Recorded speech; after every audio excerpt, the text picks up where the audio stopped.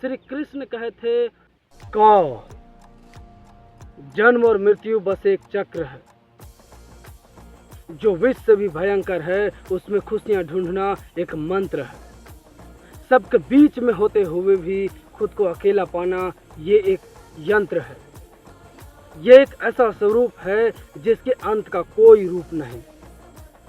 यही है मेरा विश्व रूप।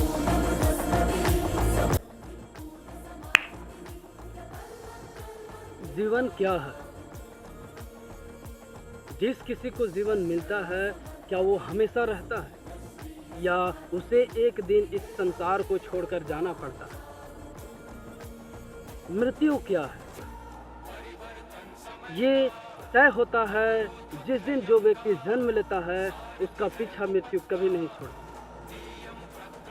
जो जन्म लेता है वो हर साल अपना जन्मदिन मनाता है, ये कहकर कि आज वो 2 साल का हो गया, 5 साल का हो गया, 25 साल का हो गया। लेकिन हकीकत में वो 25 साल का होता है या उसके जीवन का 25 साल घट गया? क्या है सच्चाई?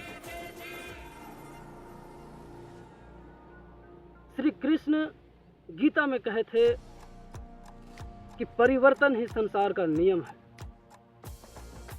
जब जब इस संसार में परिवर्तन होगा, तब तब इस संसार में कुछ नया आए। नया क्या है? हमारा जीवन क्या है? जीवन का सबसे बड़ा रहस्य मृत्यु क्या है? काल, जो किसी भी जीव के जन्म लेने से शुरू होता है, उसके जीवन काल के अवधि को निर्धारित करता है। जीवन के घटते पलों का, घटते दिनों का, घटते अवधि का जश्न मनाना। क्या है सच्चाई? श्री कृष्ण कहे थे कि का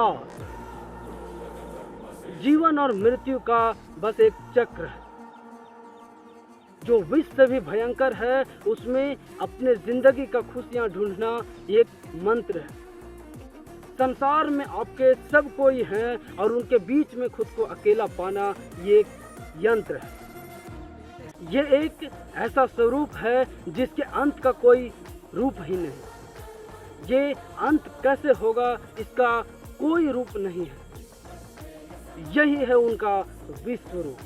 संसार के किसी पेड़ से एक पत्ता गिरता है, वो प्रकृति को दर्शाता है। जिस तरह किसी पेड़ से पत्ते टूटकर गिरती है और वो प्रकृति को दर्शाती है, उसी तरह काल हर किसी के जीवन में घटते पलों का हिसाब रखता है। जिसको जीवन मिला है, उसको मृत्यु भी मिला है। अपने जीवन के घटते पलों का जश्न नाम मनाकर अपने जीवन के उद्देश्यों की पूर्ति में लगे। काल जीवन और मृत्यु का बस एक चक्र है, बस एक चक्र है।